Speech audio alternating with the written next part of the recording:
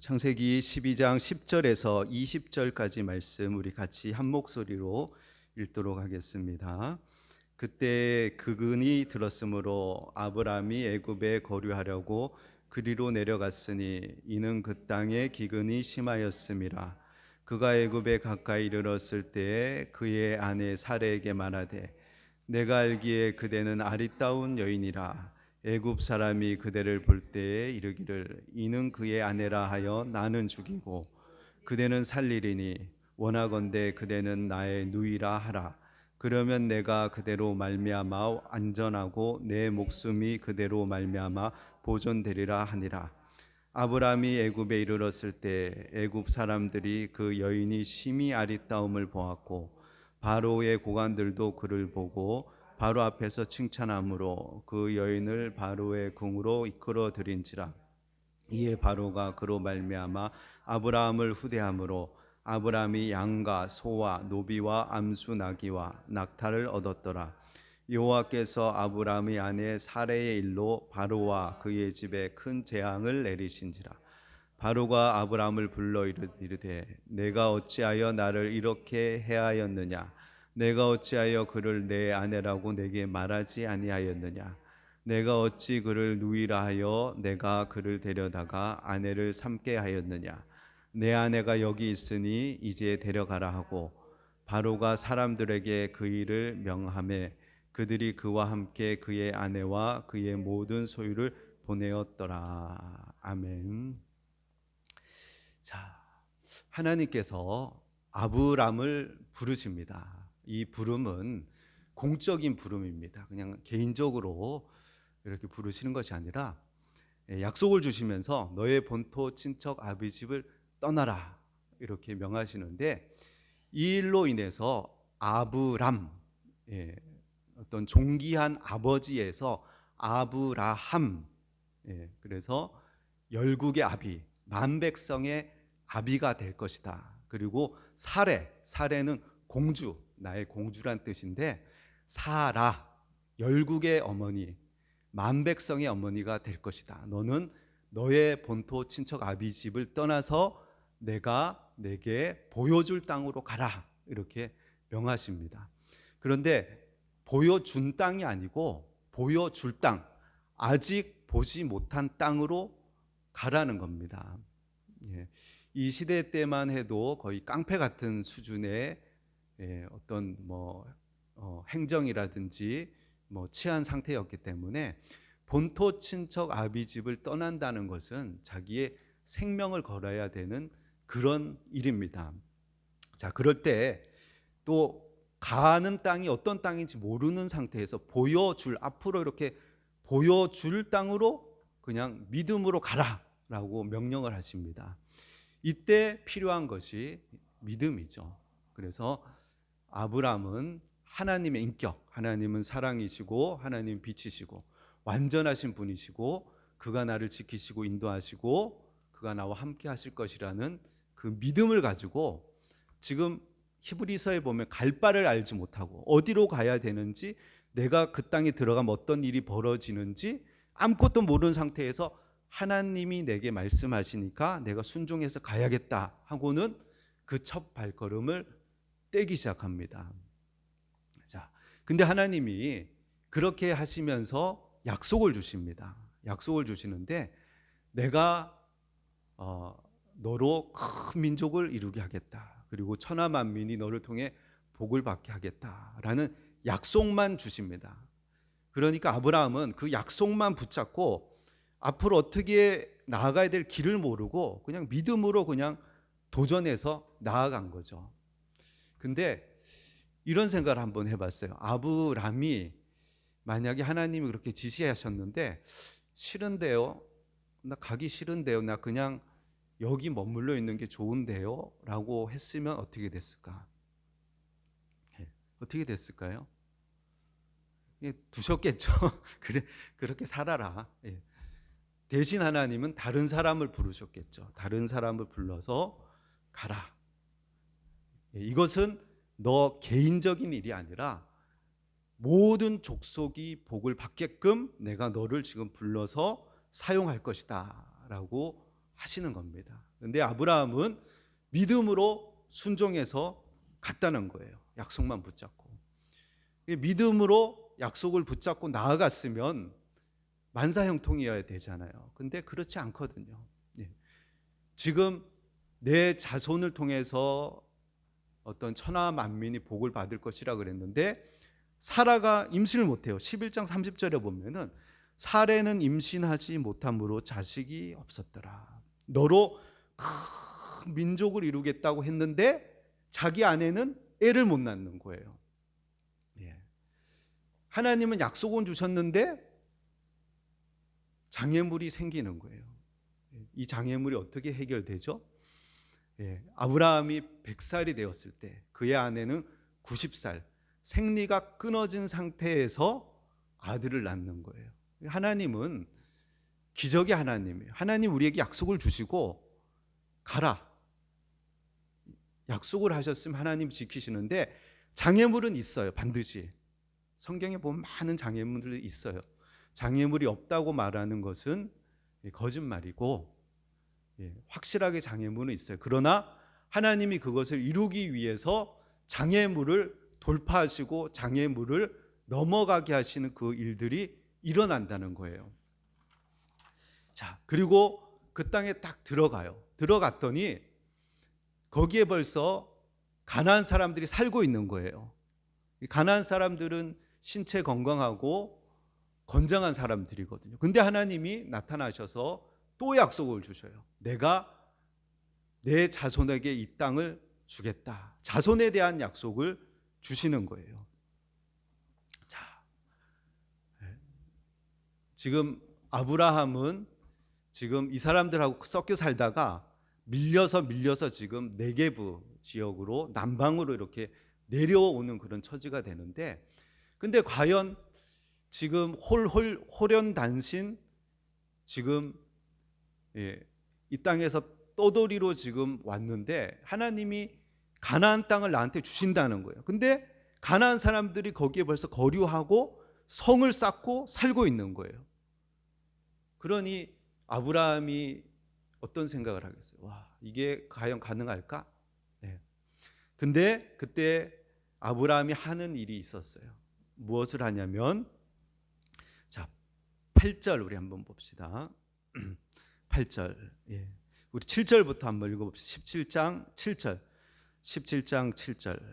자, 6절부터 볼까요? 12장 6절부터. 아브라함이 그 땅을 지나 세겜 땅 모래 상수리 나무에 이르니 그때 가나안 사람이 그 땅에 거주하였더라. 여호와께서 아브라함에게 나타나 이르시되 내가 이 땅을 내 자손에게 주리라 하신지라. 자기에게 나타나신 여호와께 그가 그곳에서 제단을 쌓고 거기서 베델 동쪽 산으로 옮겨 장막을 치니 서쪽은 베델이요 동쪽은 아이라. 그가 그곳에서 여호와께 제단을 쌓고 여호와의 이름을 부르더니. 예. 제단을 쌓고 여호와의 이름을 부르는 행위가 무엇이죠? 예배죠, 예배. 예배한 거예요. 자, 하나님이 내 자손을 통해서 천하 만민이 복을 받고 큰 민족을 이루게 하겠다. 근데 아내는 임신하지 못하는 상태.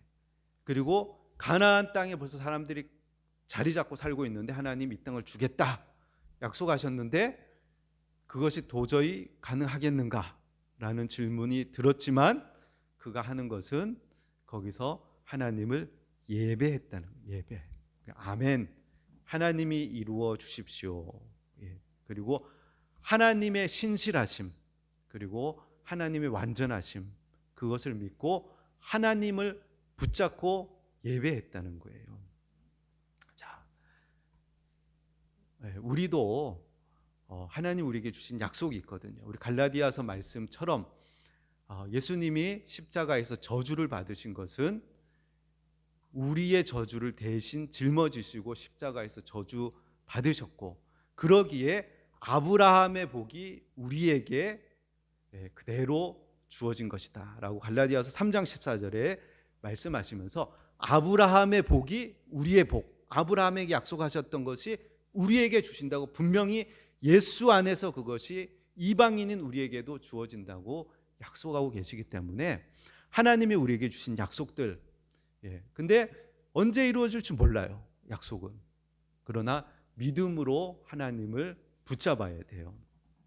자, 그런데 또 문제가 생겨요. 하나님이 그 땅을 주시기로 하셨는데, 그리고 또 하나님께서 가라고 하셨는데 지금 믿음으로 첫 발을 내딛었어요. 근데 무슨 일이 일어나냐면, 무슨 일이 일어나죠? 10절에 그 땅에 기근이 들었으므로, 기근이 왔다는 거예요.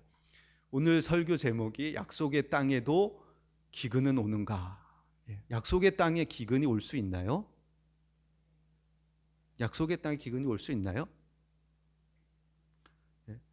우리 전도할 때 그러잖아요. 예수 믿으세요. 예수 믿으면 복 받습니다. 하나님이 지켜주시고 돌봐주십니다. 예수 믿으면 모든 걱정 근심이 다 사라지나요? 우리 앞에 시온의 대로가 확 열리나요? 그렇게 말하는 것은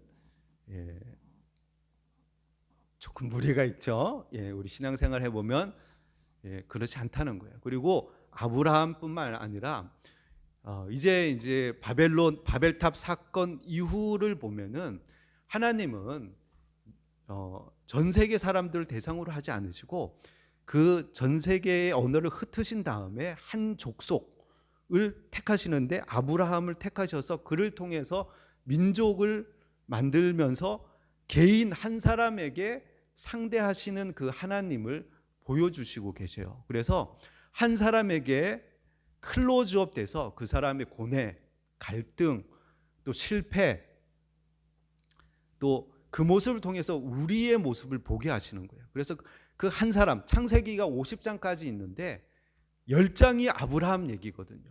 그러니까 아브라함이 넘어지고 일어서고 넘어지고 일어서고 고뇌하고 갈등하고 실패하고 그러면서 믿음의 조상까지 세워지는 그 모습을 우리에게 보여주는 거예요. 근데 하나님이 가라 그러셨으면, 약속의 땅에 들어왔으면 만사형통해야 되는데 그렇지 않다는 거예요. 우리가 예수 믿고 교회에 오면 모든 문제가 다 해결될 것 같은데 그렇지 않다는 거예요. 문제는 여전히 있다는 거예요. 그러나 최후 승리를 믿는 거예요. 하나님이 도와주시고 함께 하셔요. 내가 결코 너희를 떠나지 아니하고 버리지 아니하니라. 하나님 우리 버리지 않고 결코 떠나지 않으셔요. 반드시 지키시고 인도하셔요. 그러나 가정 속에 기근이 와요. 어려움이 와요. 병도 들기도 하고 대학에 떨어지기도 하고 실패하기도 하고 직장에서 쫓겨나기도 하고 가난이 오기도 하고 여러 가지 세상 사람들이 겪는 고통도 우리도 겪어요. 그것은 성경이 우리에게 말하는 바예요. 그러나 그 어려움 가운데 하나님을 붙들고 하나님의 신실함을 붙잡고 믿음으로 나아갈 때 우리가 강건해지는 거예요. 우리 영혼이 정결해지고 하나님에 대한 믿음이 온전해지는 거예요. 최후 승리를 하나님이 우리에게 주시는 것이에요. 자, 약속의 땅에 기근이 오니까 아브라함은 어떻게 하죠? 애굽으로 내려가는 거예요. 현실적인 타협을 하는 거예요. 자, 여러분, 저는 이 질문에 대해서 좀 많이 오랫동안 한번 생각을 해봤어요. 자, 아브라함이 애굽 땅으로 내려가는 것이 옳은 일인가요? 잘못된 일인가요? 내려가도 되는 건가요? 하나님의 시각에서 봤을 때 아브라함이 지금 약속 땅에 갔는데 기근이 오는 거예요. 기근이 가니까 지금 뭐 혼자도 아니고 조카도 있고 아내도 있고 딸린 식구도 많은데 애굽으로 내려가야 되는 거 아닌가요? 이 질문을 많이 해봤거든요. 자, 다른 애굽에 내려간 사람들이 있죠. 이제 그의 손자죠. 이제 야곱 같은 경우도 애굽으로 내려갔어요.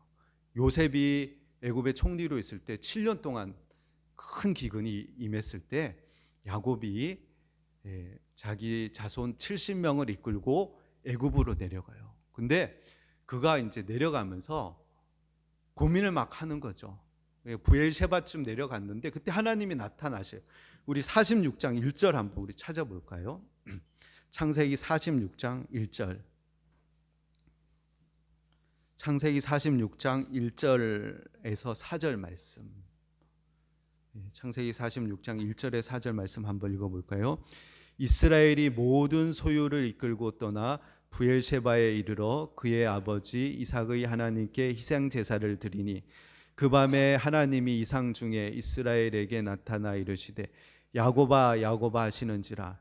야곱이 이르되 내가 여기 있나이다 하매 하나님이 이르시되 나는 하나님이라. 내 아버지의 하나님이니 애굽으로 내려가기를 두려워하지 말라. 내가 거기서 너로 큰 민족을 이루게 하리라.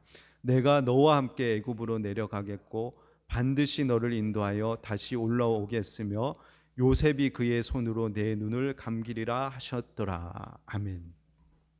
자, 이 불안하죠. 이제 자기 할아버지 아브라함의 이야기를 아니까, 그리고 자기가 가나안 땅에 있어야 되는 사람인데 애굽으로 내려갈 수밖에 없는 상황이 되니까 어쩔 수 없이 부엘셰바까지는 내려왔어요. 근데 거기서 막 고민하고 괴로워하니까 하나님이 나타나시는 거죠.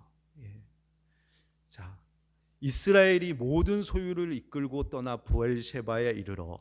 야곱이 모든 소유를 이끌고 떠나 부엘셰바에 이르러라고 써도 되는데 성경은 이스라엘이 그랬다는 거예요.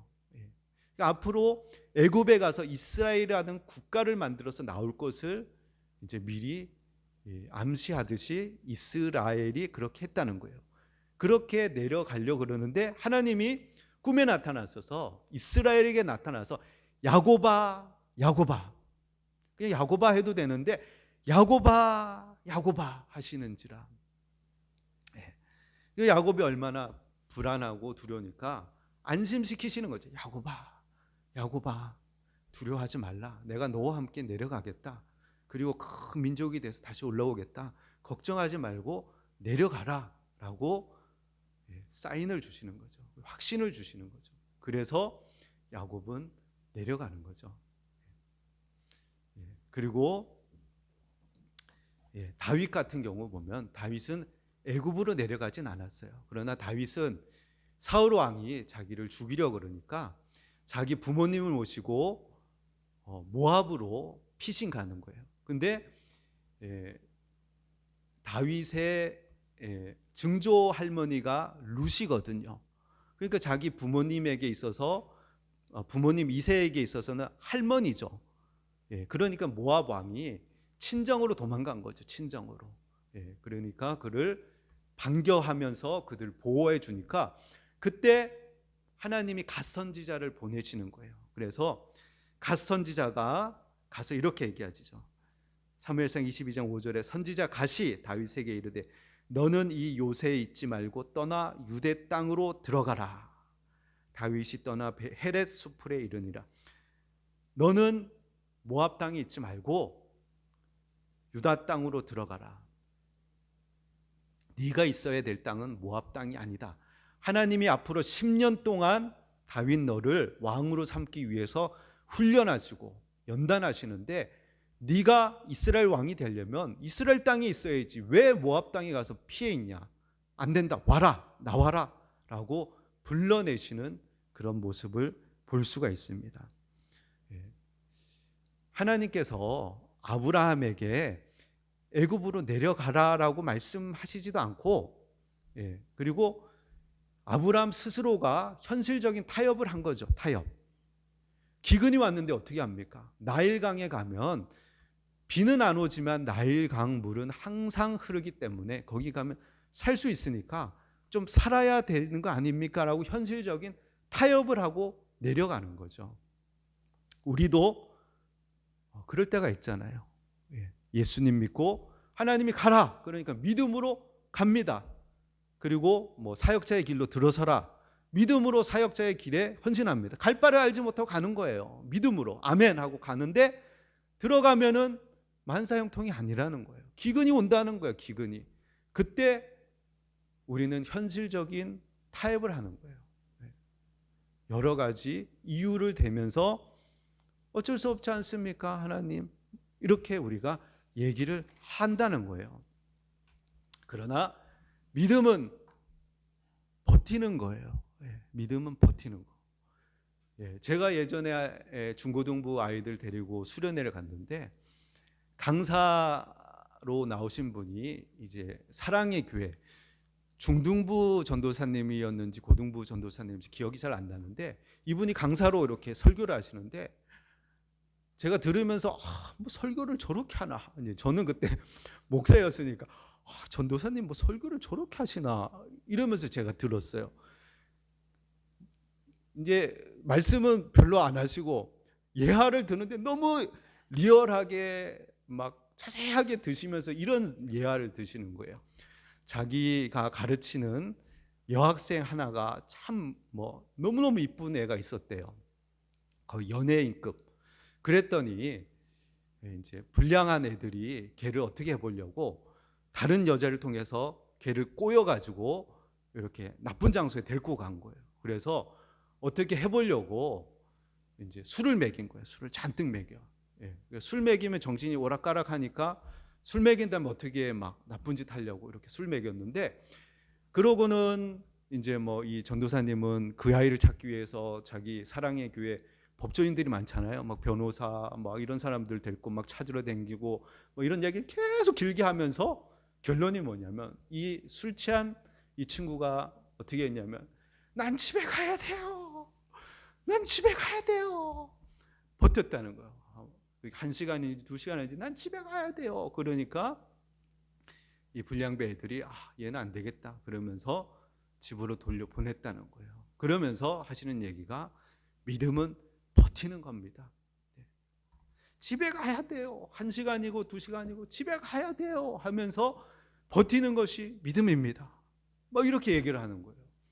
그때는 제가 들으면서 뭐 믿음이 뭐 버티는 거야 그러면서 뭐 예화를 뭐 저렇게 들어 막 그렇게 했는데, 제가 50이 넘어서 지난 날들을 가만히 생각해 보니까 전도사님 얘기가 맞다. 믿음은 버티는 것이다. 이런 생각이 들더라고요. 믿음은 버티는 거예요. 가나안 땅에 간다고, 약속의 땅에 들어간다고, 예수님 믿고 하나님 자녀 된다고, 교회 온다고, 사역자 된다고 하나님이 모든 장애물을 그냥 없애주지 않으셔요. 믿음으로 버티고 인내하고 기다리고 하나님을 신뢰하고 버티는 가운데 하나님이 길을 열어주시는 거예요. 믿음은 버티는 거예요. 근데 못 버티면 뛰쳐나가는 거죠. 못 버티면 아브라함처럼 애굽으로 내려가는 거죠. 애굽으로 내려가니까 어떤 일이 일어나죠? 애굽으로 내려가는데 들리는 소문을 들으니 애굽 사람들, 그 시대는 뭐 거의 깡패 같은 시대니까 부인이 예쁘면은 남편을 죽여버리고 아내를 뺏어서 자기 아내를 삼아버리는 그런 시대니까, 그러니까 아브라함은 자기 아내 사라에게 얘기하죠. 나를 오빠라 해라. 그리고 이거는 또 거짓말도 안 해요. 반은 또 맞아요. 뒤에 보면 한 번 더 이런 일이 있는데, 그랄 왕 아비멜렉에게 이제 또 이실직고를 하면서 그는 진짜 내 이복 동생이다. 반은 맞아요. 근데 동생인 게 맞아요? 아니면 아내인 게 맞아요? 아내가 더 중요한 사실 아니에요. 우리는 핵심적이고 중요한 것은 뒤로 숨기고 덜 중요하고 두 번째 것을 이유를 대면서 거짓말을 하는 거예요. 그런 습성이 우리에게 있는 거예요. 그래서 아내라 해라. 아내라 하지 말고 누이라 해라. 그러면은 내가 살겠다. 이렇게 부탁을 하는 거예요. 자, 그러니까 애굽 왕이 신하들의 이제 추천을 받아서 사라를 데려다가 자기 아내를 삼고 대신에 양, 소, 노비, 나귀, 낙타, 재산을 잔뜩 주는 거예요. 선물을 주는 거예요. 예물을 주는 거예요. 자, 여러분이 아브라함의 입장에서 한번 생각을 해보세요. 그날 밤에 기분이 어땠을까요? 와, 재산 엄청나게 많이 불었다, 행복하다 이랬을까요? 자, 사라는 성경 말씀에 신약에서는 아브라함을 주라 칭하고 주님이라 부르면서 순종했던 여인이에요. 지금 하란 땅에서 너의 본토 친척 아비집을 떠나 내가 내게 보여줄 땅으로 가라 했을 때, 아내에게 가자 그랬을 때 사라가 당신이나 가세요. 나는 여기 있는 게 좋아요. 이렇게 얘기할 수도 있겠죠. 그러나 주라 칭하며 순종해서 따라 나선 여인이거든요. 매사에 주로 섬기며 갈 바를 알지 못하는 그 땅까지 따라오며 모든 일에 순종했던 자기 아내를 애굽 왕한테 줘버린 거예요. 너 가지세요. 가지고 대신에 나귀, 낙타, 노비 막 한 재산을 받았어요. 기분이 어땠을까요? 자괴감이 들었겠죠. 와, 내가 뭐 하는 놈이지. 그리고 하나님의 약속은 어떻게 된 거예요? 하나님이 그러셨잖아요. 내 자손을 통해서 모든 족속이 복을 받을 거예요. 내 자손이 가나안 땅을 차지하게 될 것이다. 하나님의 약속은 어떻게 해요? 아내 뺏겼는데 어떻게 되는? 하나님의 뜻이 어떻게 이루어져요? 그것이 바로 우리의 모습이라는 거예요. 우리가 하나님의 땅에 믿음으로 산다고 사역자의 길로 들어서고, 우리가 하나님 앞에 산다고 친구들, 술 친구들 끊고 나를 옛날에 같이 놀던, 예수 믿게 되면은 떠날 수밖에 없잖아요. 떠나게 되게끔 돼 있어요. 대학 친구들, 술 친구들, 같이 어울리던 그 친구들, 믿음으로 살기 위해서는 떠나야 된단 말이에요. 떠나서 들어왔는데, 교회로 들어왔는데 어려움이 또 생기는 거예요. 그러면 나름대로 현실에 타협해서 나아가는 거예요. 그러면 거기 가면 더 큰 어려움이 있는 거예요. 수치가 있고 모멸감이 있고 자괴감이 드는 그런 상태로 빠져드는 거예요. 자, 그때 우리의 소망이 있죠. 하나님이 계신 거예요. 하나님이 나타나시는 거예요. 하나님 우리를 도와주시는 거예요. 우리가 믿음을 끝까지 지키는 것은 우리가 잘나서 지키는 게 아니에요. 하나님이 도와주신단 말이에요. 그래서 우리가 믿는 거예요. 우리 스스로 믿음을 붙잡고 하늘나라까지 가는 사람이 누가 있겠어요? 아브라함도 마찬가지예요. 아브라함이 믿음의 조상이라고 불리지만 스스로 그렇게 믿음이 있는 사람이 아니에요. 하나님이 도와주시는 거예요. 나타나시는 거예요. 바로에게 나타나서 너 왜 그러냐? 왜 남의 아내를 그러냐? 돌려줘라. 안 그러면 내가 큰 재앙을 내리겠다. 그러니까 돌려주는 거죠. 자, 우리의 인생도 마찬가지예요.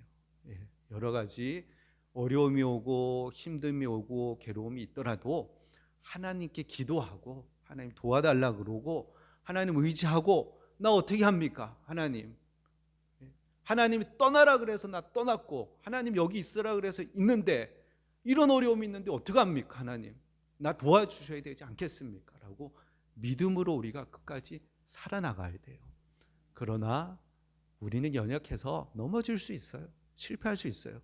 현실 타협할 수도 있어요. 그때 하나님이 도와주셔요. 도와주실 때 하나님 붙잡고 다시 일어나는 거죠. 그리고 다시 가는 거죠. 그래서 다시금 돌아와요. 자, 우리 13장 1절에서 4절까지 우리 한번 읽어볼까요? 13장 1절에서 4절까지. 아브라함이 애굽에서 그와 그의 아내와 모든 소유와 롯과 함께 네겝으로 올라가니 아브라함에게 가축과 은과 금이 풍부하였더라. 그가 네겝에서부터 길을 떠나 베렐에 이르며 베델과 아이 사이 곧 전에 장마 쳤던 곳에 이르니 그가 처음으로 제단을 쌓은 곳이라. 그가 거기서 여호와의 이름을 불렀더라. 아멘. 어디에 왔어요? 다시 돌아왔어요. 우리 8절에 보면 그가 그곳에서 여호와께 제단을 쌓고 여호와의 이름을 부르더니, 그 장소로 처음 약속의 땅에 들어와서 예배했던 장소로 다시 돌아가서 베델과 아이 사이 곧 그가 장막 쳤던 곳에 이르니 그가 처음으로 제단을 쌓던 곳이라 그가 거기서 여호와의 이름을 불렀더라. 다시 예배하는 거예요. 실패했다가 다시 일어나서 예배하는 거예요. 우리가 실패할 수 있고 넘어질 수 있지만 다시금 일어나서 하나님께 예배하러 나가는 거예요. 예배하는 가운데 다시금 회복되는 거예요. 치료가 일어나는 거예요. 다시금 힘을 얻는 거예요. 자, 그런 하나님을 붙잡고 믿음으로 살아가고 예배하는 저와 여러분이 되시기를 예수님의 이름으로 축원드립니다. 우리 545장 찬송하시겠습니다.